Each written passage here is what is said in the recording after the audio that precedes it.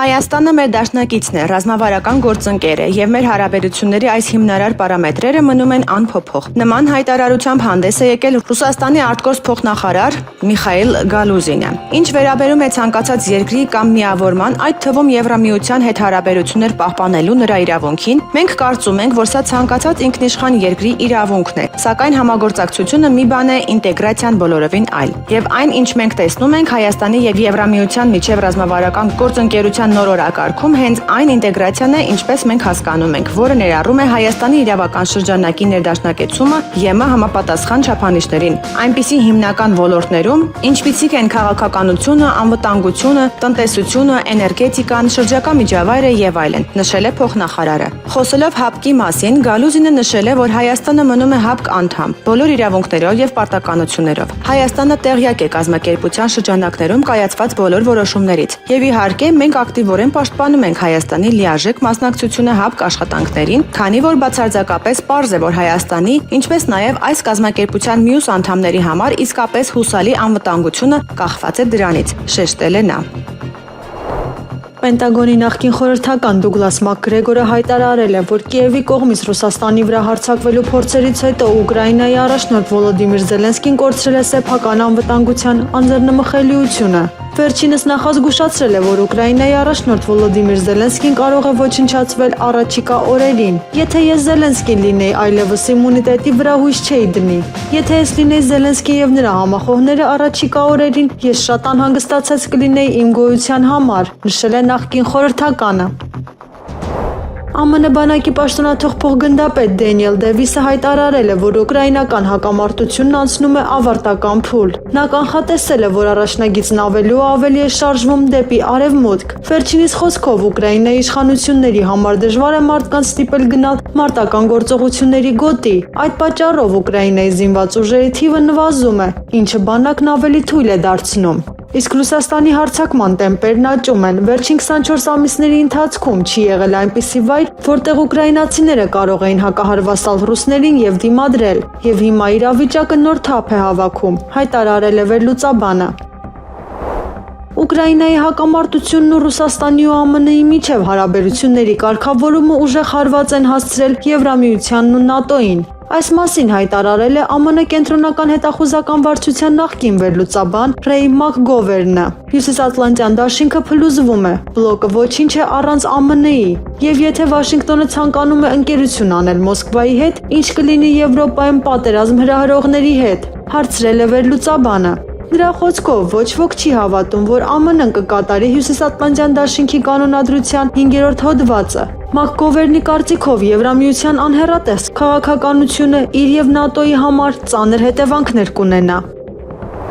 Հրազդան գետում հայտնաբերվել է մի քանի օր որոնվող 44-օրյային նահատակված Գոռ Եռմալովյանի 24-ամյա քրոջ մարմինը։ Դեկտեմբերի 31-ին ժամը 09:00-ի սահմաններում հարազատներն ու բարեկամները Հրազդան գետում հայտնաբերել են աղջկադի։ Դեպքի փաստով քննչական բաժնում նախաձեռնվել է քրեական վարույթ, որտեղ էլ պարզվել է մահացածի ինքնությունը։ Պարզվել է, որ հայտնաբերված մարմինը դեկտեմբերի 26-ից որպես անհայտ որոնվող Արցախյան 44-օրյա պատերազմում նահատակված լեգենդ դարձած հերոս Գոռ Եռմալովյանի 26-ամյա քույրն է։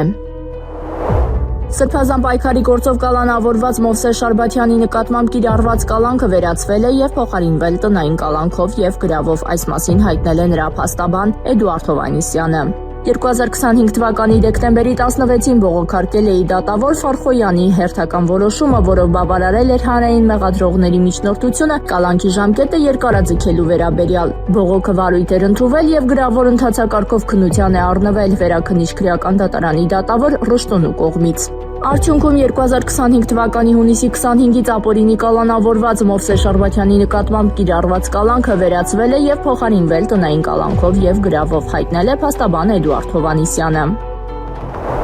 Հայաստանի Հանրապետությունում Ռուսաստանի Դաշնության դեսպան Սերգեյ Կոպերկինն ամանորյա ուղերձ է հղել հայ ժողովրդին։ Անցնող տարում Հայաստանի Հանրապետության եւ Ռուսաստանի Դաշնության միջպետական համագործակցության գործող մեխանիզմները շարունակել են համակարգված եւ հետեւողական աշխատանքը։ Հայաստանի Հանրապետությունում Ռուսաստանի Դաշնության դեսպանն ամփոփել է տարվա արդյունքները եւ նախանշել ապագայի ծրագրերը։ Տարվա արդյունքներով Ռուսաստանը պահպանել է Հայաստանի առաջատար տնտեսական եւ ներդրումային գործընկերոջ էներգետիկ եւ պարենային անվտանգության երաշխավորի կարգավիճակը։ Դրանում պակաս դեր չի խաղացել նաեւ համագործակցությունը ընդհանուր ինտեգրացիոն միավորումների նախևառաջ ԵԱՏՄ շրջանակներում։ Նրա խոսքով երկու երկրների հարաբերությունների հիմնասյուներից մեկը շարունակում են մնալ մշակութային, հումանիտար եւ համամարտկային շփումները։ Ռուսաստանի Դաշնությունը կենսականորեն շահագրգռված է Հարավային Կովկասում կայուն խաղաղության եւ անվտանգության հաստատմամբ։ Պատրաստ ենք ներդրում ունենալ կայունության ամրապնդման, տրանսպորտային հաղորդակցությունների վերականգնման գործում, նշել է Կոպիլկինը։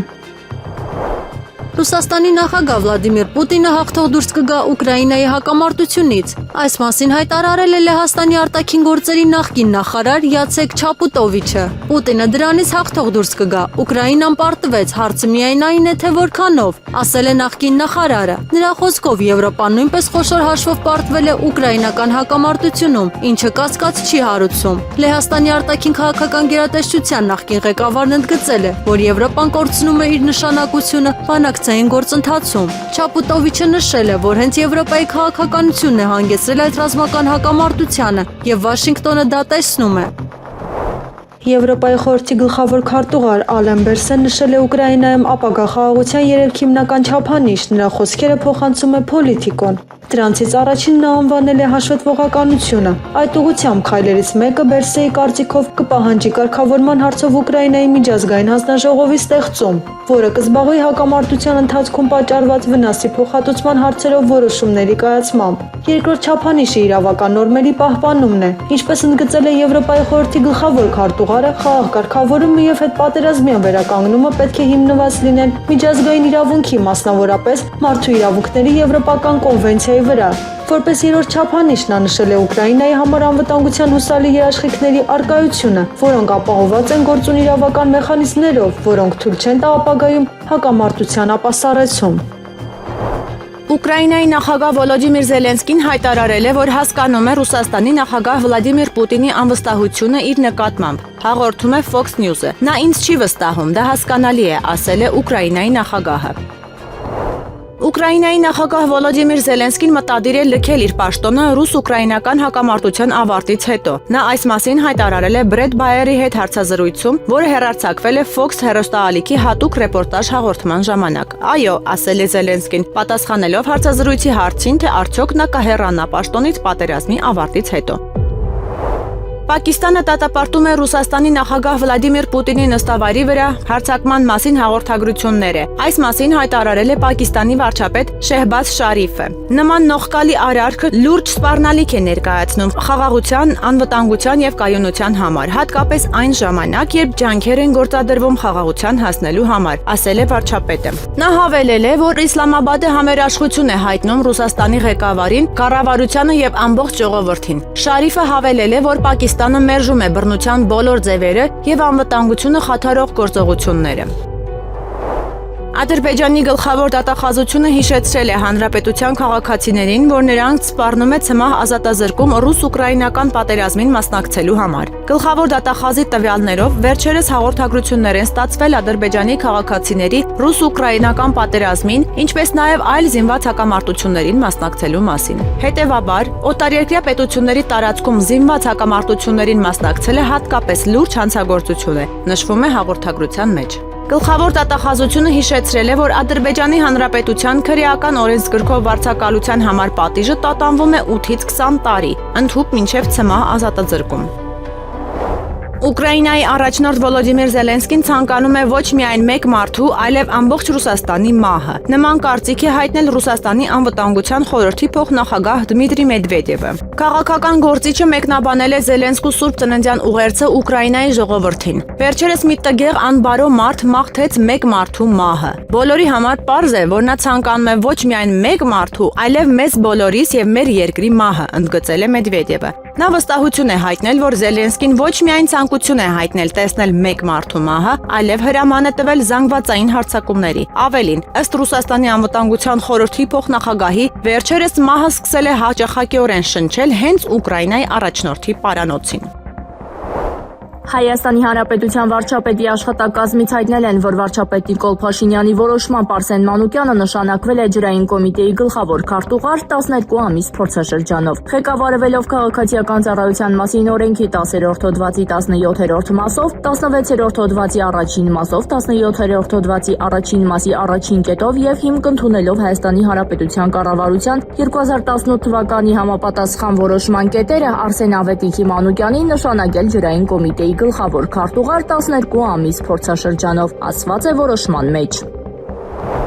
Տեղի է ունեցել հեռուստաաշտարակի լուսավորության նոր համակարգի միացման արարողությունը։ Գաղտնիք չէ, որ վերջին անգամ լուսավորման նոր համակարգ ներդրվել է 2011 թվականին, իսկ տեխնոլոգիաները գիտեք, որ շատ արագ զարգանում են, ինչը նշանակում է, որ արդեն իսկ ունեին քննացած համակարգ։ Կարևորելով ոչ միայն ունենալ տեխնիկապես հագեցած նոր լուսավորության համակարգ, այլև գեղեցիկ էսթետիկ նոր տեսք ունեցող հեռուստաաշտարակ։ Այս մասին նշել է բարձր տեխնոլոգիական արդյունաբերության նախարար Մխիթար Հայրապետյանը։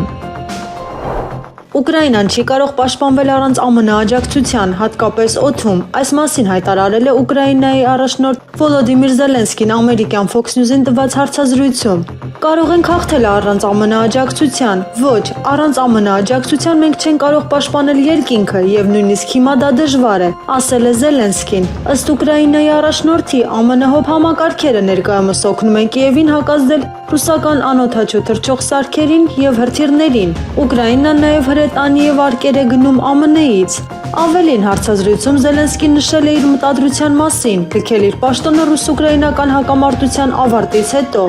Վերջինս նշել է, որ ուկրաինացիների 87%-ը ցանկանում է խաղաղություն, բայց ուկրաինացիների 85%-ը դեմ է Դոնբասից Ուկրաինայի զինված ուժերի դուրսբերմանը։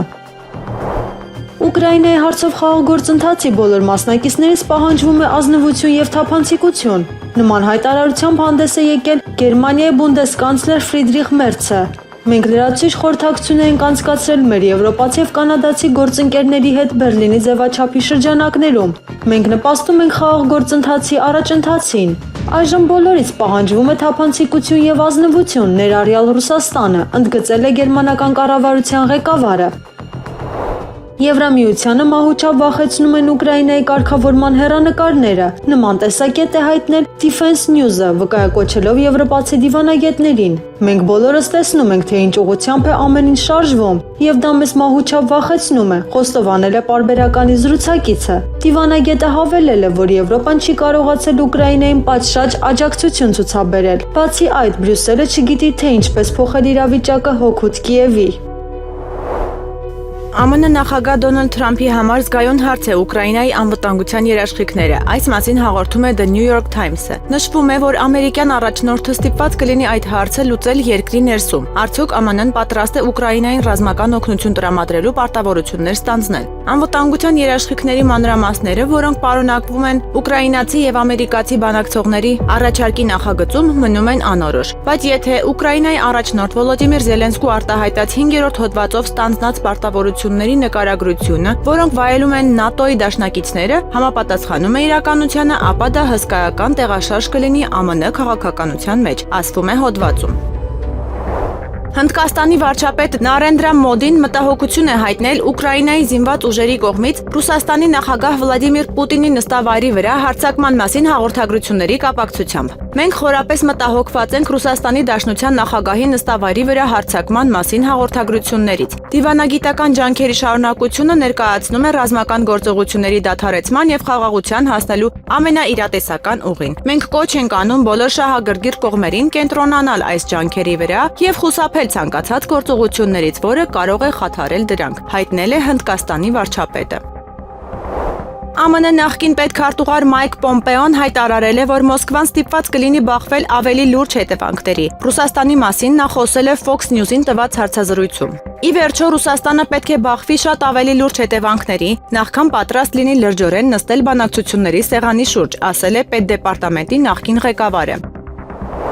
Եվրամիությունը միջուկային զենք կկիրառի Ռուսաստանի հետ հակամարտության դեպքում։ Այս մասին նախազգուշացրել է ամերիկյան ցամաքային զորքերի պաշտոնաթող գնդապետ Լոուրենս Ուիլքերսոնը։ Նրա խոսքով այժմ եվրոպական երկրները Մոսկվայի հետ առճակատման ճանապարհին են, սակայն չեն գիտակցում, թե դա ինչ հետևանքների կարող է հանգեցնել։ Ամեն դեպքում նրանք պատրաստվում են հավանաբար Բալթյան երկրներում կեղծ դրոշի ներքո գործողություն իրականացնել, նշել է Ուիլքերսոնը։ Նա ընդգծել է, որ եվրոպական առաջնորդները հետևելով քաղաքական դոգմաներին կորցրել են իրականության զգացումը եւ կրակի հետ են խաղում։ Հայաստան-Թուրքիա հարաբերությունների կարգավորման գործընթացի հատուկ ներկայացուցիչների միջև ձեռք բերված պայմանավորվածությունների շրջանակներում Հայաստանն ու Թուրքիան որոշում են կայացրել դյուրացնել վիզաների տրամադրման գործընթացը դիվանագիտական հատուկ եւ ծառայողական անձնագրեր կրողների համար։ 2026 թվականի հունվարի 1-ից երկու երկրների դիվանագիտական, ծառայողական եւ հատուկ անձնագիր կրող անձինք կարողանալու են էլեկտրոնային վիզա ստանալ անվճար։ Այս առիթով Հայաստանն ու Թուրքիան եւս մեկ անգամ վերահաստատում են իրենց հանձնառությունը շարունակելու երկու երկրների միջև կարգավորման գործընթացը նպատակ ունենալով առանց որևէ նախապայմանների հասնել լիարժեք կարգավորմանը։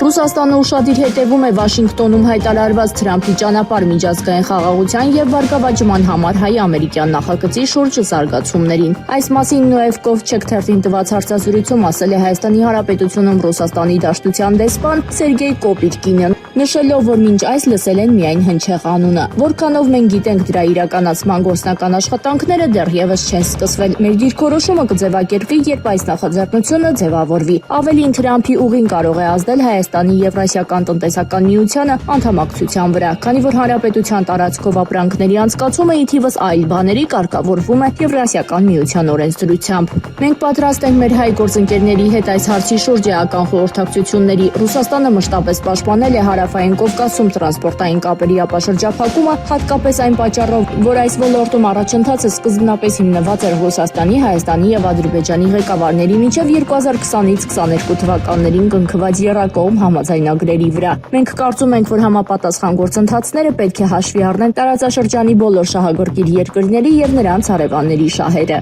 ասել է դեսպանը։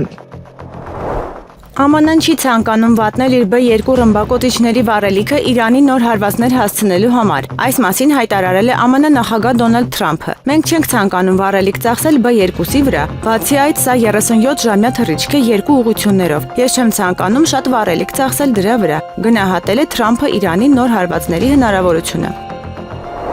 Ամերիկացի ռազմական վերլուծաբան Դանիել Դեվիսը հայտարարել է, որ Ուկրաինայի զինված ուժերի կողմից Ռուսաստանի նախագահ Վլադիմիր Պուտինի նստավարին հարվածելու փորձը կարող է հանգեցնել Մոսկվայի պատասխանին, որը Ուկրաինան կվերադարձնի քարի դար։ Փորձագետը կարծում է, որ Ուկրաինայի խաղը Ռուսաստանի կարմիր գծերի հետ ճակատագրական կավարտվի, քանի որ Ուկրաինայի զինված ուժերը կարող են հավասարեցնել ահաբեկիչներին։ Ռուսաստանի նախագահի վրա հարձակվել չի կարելի։ Ուկրաինացիները ստիպված կլինեն աղոթել Աստծուն, որպեսզի ռուսները դրանից հետո հողին չհավասարեցնեն Կիևի կենտրոնը, բոլոր ապաստարանների եւ կառավարական շենքերի հետ միասին, հայտարարել է վերլուծաբանը։ Ռուսաստանի նախագահ Վլադիմիր Պուտինը Մագնիտ մանրածախարևտրի ցանցի հիմնադիր եւ Կրասնոդար ֆուտբոլային ակումբի նախագահ Սերգեյ Գալիցկիին պարգևատրել է բարեկամության շքանշանով։ Պետության ղեկավարի համապատասխան հրամանագիրը պաշտոնապես հրապարակվել է։ Այս բարձր պետական պարգևը Սերգեյ Գալիցկուն շնորհվել է ֆիզիկական կուլտուրայի եւ սպորտի զարգացման գործում ունեցած նշանակալի ներդրման, ինչպես նաեւ երկարամյա նվիրված ծառայության համար։ Սերգեյ Գալիցկու երկարամյա աշխատանքը զգալի ազդեցություն է ունեցել երկրի, այդ թվում Կրասնոդարի երկրամասի սոցիալ-տնտեսական զարգացման եւ սպորտային ենթակառուցվածքների վրա։ Իրանի գերագույն առաջնորդ Այաթոլլա Ալի Խամենեի քաղաքական խորհրդական Ալի Շախմանին հայտարարել է, որ Իրանի դեմ ցանկացած ագրեսիա կարժանանա կոշտ եւ անհապաղ պատասխանի։ Իրանի պաշտպանական դոկտրինը սահմանում է որոշակի հակազդեցություններ նույնիսկ սպառնալիքի իրականացումից առաջ։ Իրանի հրթիռային եւ պաշտպանական կարողությունները անվերահսկելի են եւ թույլատրություն չեն պահանջում։ Ցանկացած ագրեսիա կհանդիպի անհապաղ, կոշտ պատասխանի, որը անհասկանալի է դրա հեղինակների համար, հայտարարել է Շամխանին։ Հուսով եմ նրանք չեն փորձում վերսկսել միջուկային ծրագիրը, քանի որ եթե դա անեն, մենք այլ ընտրանք չենք ունենա, քան արագորեն ոչնչացնել այն, ասել է խորհրդականը։ Ավելի վաղ Իսրայելի վարչապետ Բենյամին Նեթանյահուի հետ մամուլի ասուլիսում ԱՄՆ առաջնորդ Դոնալդ Թրամփը հայտարարել էր, որ Միացյալ Նահանգները պատրաստ է Իրանի հետ երկխոսության, բայց կարող է ուժ կիրառել եւ այդ դեպքում հետևանքներն ավելի լուրջ կլինեն, քան միջուկային օբյեկտներին հարվածելը։ ՀՀԿ-ական նախկին պատգամավոր Կարեն Ավագյանը հրավիրվել է Հայաստանի Հանրապետության գլխավոր դատախազություն ապօրինի ծագում ունեցող գույքի բռնագանձման գործերով վարչություն։ Այս մասին տեղեկանում են Կազդարար հրապարակային ծանուցումների կայքից։ Դատախազություն են հրավիրվել նաև նրա ընտանիքի անդամներ Արթուր Ավագյանը, Լուսինե Դարփինյանը եւ Լիլիա Զաքարյանը։ Ծանուցման մեջ նշված է համաձայն ապօրինի ծագում ունեցող գույքի բռնագանձման մասին օրենքի 13-րդ հոդվածի 2025 թվականի դեկտեմբերի 19-ին ուսումնասիրության նախնական արդյունքներով իրավասու մարմինը կազմել է ուսումնասիրության արդյունքների վերաբերյալ ամփոփագիր։ Դուք իրավունք ունեք սույն ծանոթագիրը ստանալու պահից մեկ ամսվա ընթացքում ներկայանալ Հայաստանի Հանրապետության գլխավոր դատախազության ապօրինի ծագում ունեցող գույքի բռնագանձման գործերով վարչություն ծանոթանալու գործի նյութերին ներկայացնելու դիրքորոշում, ինչպես նաև հայտարարագիր։ Տեղեկացնում եմ, որ հայտարարագիր ներկայացնելու դեպքում դրանում կեղծ կամ իրականությանը չհամապատասխանող տվյալներ ներկայացնելը հանգեցնում է օրենքով նախատեսված պատասխանատվության, մասնավորապես նշված է ծանուցման մեջ։ Հայաստանի առողջապահության նախարարությունը զգուշացնում է, որ ամանորյա տոնական օրերին սննդային գործոնով պայմանավորված վարակիչ հիվանդությունների եւ թունավորումների առաջացման ռիսկը զգալիորեն բարձրանում է։ Նախարարության տարածած հաղորդագրության մեջ նշվում է, որ տոնական օրերին հաճախ օգտագործվում են երկար ժամանակ եւ ոչ պատշաճ պայմաններում պահված բազմակի տաքացված կերակրատեսակներ, ինչպես նաեւ իրար հետ ոչ համատեղելի մթերքներ, որոնք կարող են մարսողական համակարգի տարբեր խանգարումների պատճառ դառնալ։ Սննդային գործոնով պայմանավորված վարակիչ հիվանդություններից եւ թունավորումներից խուսափելու համար առողջապահության նախարարությունը խորհուրդ է տալիս գնումներ կատարել միայն խանութներից եւ խուսափել անկազմակերպ վաճառքի կետերից, ուշադրություն դարձնել մթերքների պահպանման պայմաններին, պիտանելիության ժամկետին եւ արտաքին տեսքին, աղցանները, մսային կերակրատեսակները եւ դոնդողը պատրաստել տանը փոքր քանակներով եւ հիգիենայի կանոնների պահպանմամբ, պատրաստի կերակրատեսակներ գնելիս ստուգել դրանց պատրաստման եւ իրացման ժամկետները, պահպանման պայմաններն ու ջերմաստիճանը, կիսապատրաստված մթերքները օգտագործելուց առաջ պարտադիր ենթարկել կրկնակի ջերմային մշակման խմորեղենը եւ կրեմով տորթերը սառնարանում պահել, առավելագույնը 3 օր սնունդ պատրաստելուց առաջ եւ հում մթերքին դիպչելուց հետո պարտադիր լվանալ ձեռքերը։ Հում եւ պատրաստի մթերքների համար օգտագործել առանձին տախտակներ եւ դանակներ, մանրազնին լվանալ կանաչին, մրգեղենն ու բանջարեղենը, խուսափել տնային պայմաններում պատրաստված պահածոների օգտագործումից, իսկ անհրաժեշտության դեպքում դրանք եռացնել 15-ից 20 րոպե, չգնել եւ սնունդում չօգտագործել անհայտ ծագմանց չստուգված սնկեր։ Առողջապահության նախարարությունը նաեւ նշում է, որ մարսողության խանգարումների, սրտխառնոցի կամ որովայնային ցավերի դեպքում անհրաժեշտ է անհապաղ դիմել բժշկի։ Վլադիմիր Պուտինը տոների կապակցությամբ շնորհավորական ուղերձներ է հղել Հայաստանի Հանրապետության երրորդ նախագահ Սերժ Սարգսյանին եւ Հայաստանի Հանրապետության երկրորդ նախագահ Ռոբերտ Քոչարյանին, այս մասին հայտնել է Ռուսաստանի Դաշնության նախագահի պաշտոնական կայքը։ Ողջույններ են ուղարկվել նաեւ մի շարք օտարերկրյա պետությունների եւ կառավարությունների նախկին ղեկավարների, այդ թվում Ռաուլ Կաստրոին, Նուրսուլթան Նազարբաևին եւ Գերհարդ Շրյորդերին։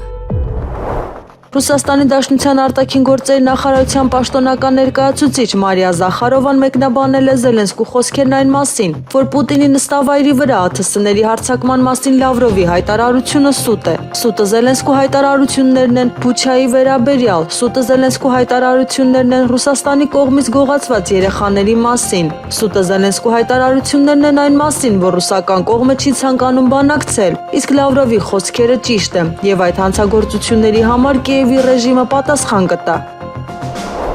ԱՄՆ նախագահ Դոնալդ Թրամփը եւ նրա հիմնական խորհրդականները հեռախոսազրույցի ընթացքում Ռուսաստանի նախագահ Վլադիմիր Պուտինին տեղեկացրել են Ուկրաինայի հետ իրենց բանակցությունների մասին։ Նման հայտարարությամբ հանդես է եկել Ռուսաստանի Դաշնության երկրի առաջնորդի օգնական Յուրի Ուշակովը։ Դոնալդ Թրամփը եւ այս զրույցին ներկա նրա հիմնական խորհրդականները մանրամասն ներկայացրեցին Մարալագոյում ուկրաինական պատվիրակության հետ կայացած բանակցությունների հիմնական արդյունքները։ Լրագրողներին հայտնել է Ուշակովը։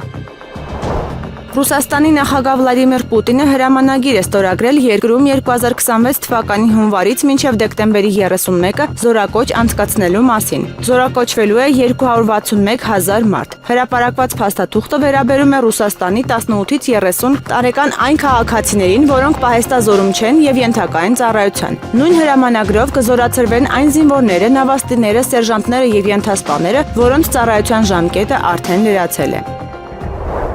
Ռուսաստանի Դաշնության արտաքին գործերի նախարարի տեղակալ Միխայիլ Գալուզինը հանդիպում է ունեցել ՌԴ-ում Ադրբեջանի արտակարգ եւ լիազոր դեսպան Մուստաֆայևի հետ։ Քննարկվել են 2024 թվականի դեկտեմբերի 25-ին Ղազախստանի Ակտաու քաղաքի մոտակայքում ադրբեջանական ավիաուղիների ինքնաթիռի աղետի հետևանքների կարգավորման հետ կապված որոշ ասպեկտներ։ Ռուսական կողմը կրկին բարձրացրել է հունիսի 30-ից հուլիսի 1-ը Բաքվում ձերբակալված Ռուսաստանի 11 քաղաքացիների շուտափույթ ազատ արձակման հարց։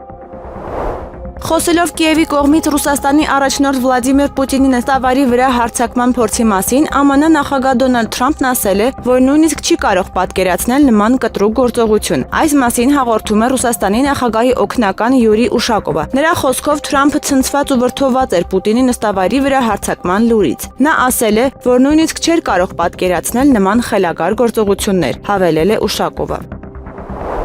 Իսրայելի վարչապետ Բենյամին Նեթանյահուն ընդունել է ԱՄՆ նախագահ Դոնալդ Թրամփի խնդրանքը վերսկսել Սիրիայի կառավարության հետ անվտանգության վերաբերյալ հնարավոր համաձայնագրի շուրջ բանակցությունները, հաղորդում է Axios-ը, հղում անելով ամերիկացի պաշտոնյայի եւ մեկ այլ աղբյուրի։ Նեթանյահուն ընդունել է Թրամփի խնդրանքը վերսկսելու Սիրիայի կառավարության հետ բանակցությունները հնարավոր անվտանգության համաձայնագրի շուրջ, նշել է պորտալը։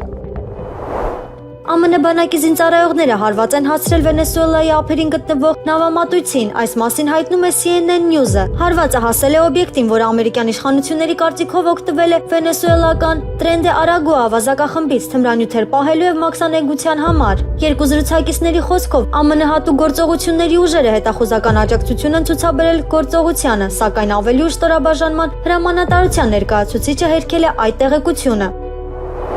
Հայաստանի էլեկտրական ցանցեր ընկերությունը հայտնել է, որ Վարդաշեն 110-35-6 ենթակայանում բռնկված հրդեհի հետևանքով հոսանքազրկված բոլոր հասցեներում վերականգնվել է էլեկտրաէներգիայի մատակարարումը։ Ավելի վաղ Հայաստանի էլեկտրական ցանցեր ընկերությունը հայտնել էր, որ ենթակայանում բռնկված հրդեհի հետևանքով Երևանում ամբողջական թաղամասեր են հոսանքազրկվել։ Մասնավորապես Էրեբունի վարչական շրջանում 3 օր հոսանք չկար։ Հայաստանի կառավարության դեկտեմբերի 25-ի համապատասխան որոշմամբ ժամանակավոր պաշտպանության կարգավիճակ տրամադրելու ժամկետը երկարաձգվել է մինչև 2026 թվականի դեկտեմբերի 31-ը։ Այս մասին հայտնել է ներքին գործերի նախարարությունից։ Ժամանակավոր պաշտպանության կարգավիճակ ունեցող անձինք կարող են շարունակել օգտագործել իրենց վկայականները, որոնց վրա ժամկետ նշված չէ, սակայն առկա է QR կոդ։ Համակարգն ավտոմատ կերպով երկարաձգում է քարտի ժամկետը մինչև սահմանված օրը։ Մուտքի ուղղությամբ սահմանը հատելի ժամանակավոր պաշտպանության վկայականի առկայությունը պարտադիր չէ։ Եթե ժամանակավոր պաշտպանության վկայականը ստանալուց հետո փոխվել է անձնագիրը, ապա անհրաժեշտ է ներկայացնել դիմում նոր տվյալներով վկայական ստանալու, քանի որ վկայականը տրվում է միայն գործող անձնագրի հիման վրա։ Տեղեկացնում են նաև, որ սահմանահատումից առաջ հնարավոր է ստուգել քարտի QR կոդը եւ տեսնել վկայականի վավերականության ժամկետը։ Եղանակը առաջիկա օրերին։ Միջերկրական ծովից ցիկլոնի ներթափանցմամբ պայմանավորված դեկտեմբերի 31-ին կեսօրից հետո դեպի երեկո, հունվարի 1-ից 2-ին հանրապետության շրջանների մեծ մասում սպասվում է ձյուն, առանձին հատվածներում զգալի։ Հանրապետության լեռնային մարզերի առանձին գոտիներով սպասվում է նաև քամուշ գնացում 18-ից 23 մետր/վայրկյան բուք։ Ցածր հորիզոնական տեսանելիություն։ Օդի ջերմաստիճանը հունվարի 3-ից 4-ին հանրապետության ողջ տարածքում գիշերը կնվազի 14-ից 18 աստիճանով։ Երևանում դեկտեմբերի 31-ի երեկոյան ժամերից հունվարի 1-ին 2-ի գիշերը եւ առավոտյան սպասվում է ձյուն։